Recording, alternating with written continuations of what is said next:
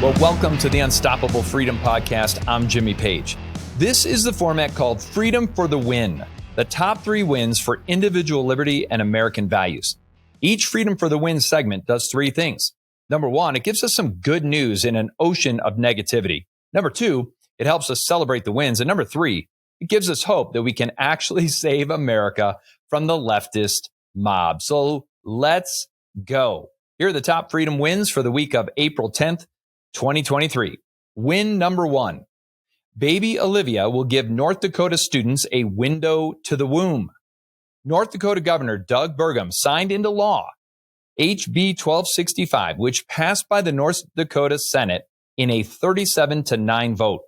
And it mandates that schools show a medically accurate, cutting-edge, high-definition video in the classroom to educate students on preborn human development in each week of pregnancy until birth. The model video for schools to use was a version of live action's human development video known as Baby Olivia. This was sponsored by Senator Myrdal, who believes the video will enhance classroom discussion on human life. She said, human development in the womb is obviously a part of science, something we want our children to learn and see, what I would call a divine concept. And Lila Rose, the founder and president of Live Action, released a statement where she said, when people learn the truth about the humanity of children in the womb and the barbaric procedures abortionists use to kill them, they change their mind. They become pro-life. North Dakota has taken a huge leap forward towards a more comprehensive understanding of how every human person began by ensuring all 116,639 students in North Dakota will be shown the truth of human development. With cutting-edge animation and medically accurate information, students will see every stage of human development for every week of pregnancy until birth. The video shows the science of human development, and here are just a couple of the highlights. Just 2 weeks after fertilization, the developing baby's brain appears with 3 divisions, and a heart is developing as well, beginning to beat between 16 and 22 days after fertilization.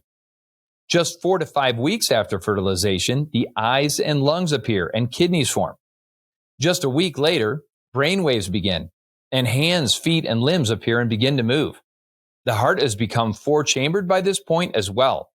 By the start of the fetal stage, around 9 weeks, a baby girl will already have developed ovaries with eggs in them, and the baby can suck her thumb, move her tongue, open her mouth, and more.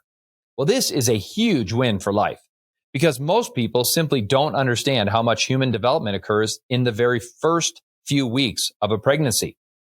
When people, especially students, get to see the truth about what's happening during a pregnancy, we believe more will see the value of life and in protecting it throughout the development. That's a big win. Well, win number 2 is this. Bud Light's parent company, Anheuser-Busch, is learning a hard lesson in get woke, go broke this week, with a $4 billion loss in market value. In fact, now that value is almost up to $5 billion market loss. Well, after partnering with transgender TikToker Dylan Mulvaney to promote Bud Light beer, the company has lost roughly $5 billion in market cap. The campaign was an instant disaster for the company, which provoked furious backlash and an almost unanimous verdict among its customers: boycott the brand. The result, after just a few days, has been a 4% decline in their stock price. One such irate customer was recording artist Kid Rock, who uploaded a video of himself shooting stacked crates of Bud Light with an MP5 before turning to the camera and having a few choice words for Bud Light.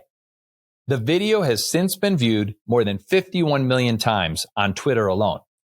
Why is this a win? Well, this is a win for freedom because people are waking up to the fact that you have to put your money where your values are. It's not enough to keep complaining about the culture going down the drain and our values being destroyed. It requires action, courageous action.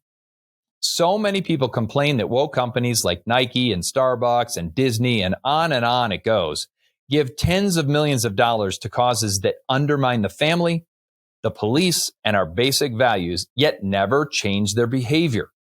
This is another reminder that we have to vote as much with our money as with our ballot.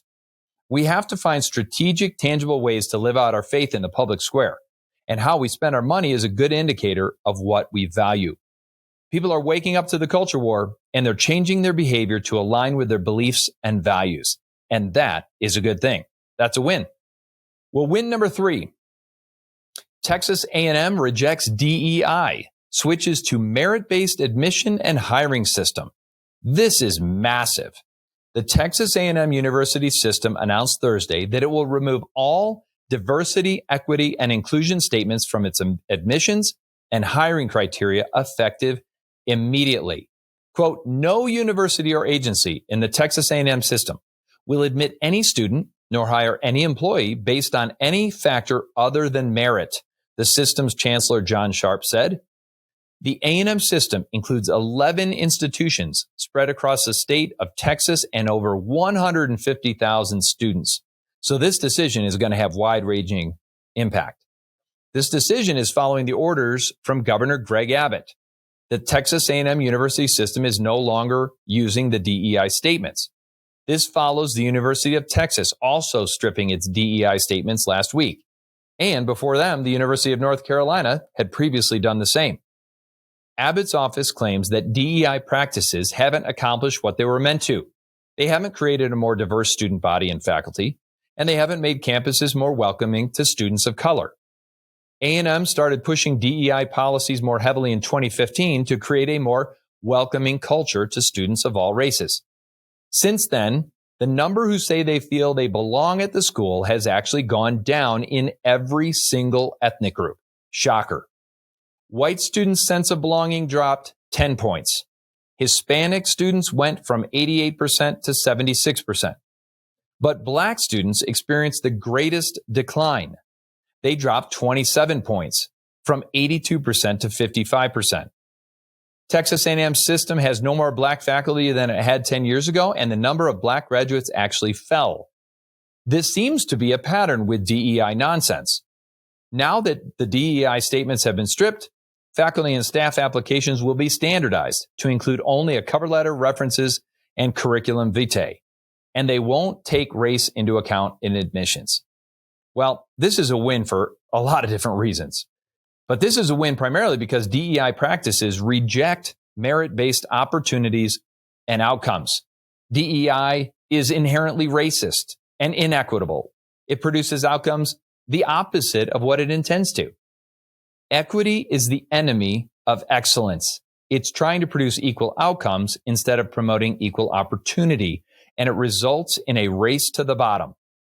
Diversity simply means applying a different kind of racism that limits opportunities for the, quote, wrong races, such as whites and Asians.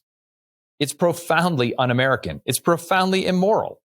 America is founded on equal opportunity and is a meritocracy. It's one of the things that's made us the most successful nation in the history of the earth. In other words, everyone has the opportunity to achieve as much as their talent, hard work, and sacrifice will produce. No matter where you start, you have the opportunity to maximize your life. Well, hopefully, more universities will continue to follow suit and end DEI programs. So there you go. Those are the wins for the week. Millions of Americans are waking up to the reality that if they want to preserve freedom in America, they have to take a courageous stand. And when we do this, freedom wins. We all win, and we preserve the greatest nation in the world. I'm Jimmy Page, and this is the Unstoppable Freedom Podcast. For the win.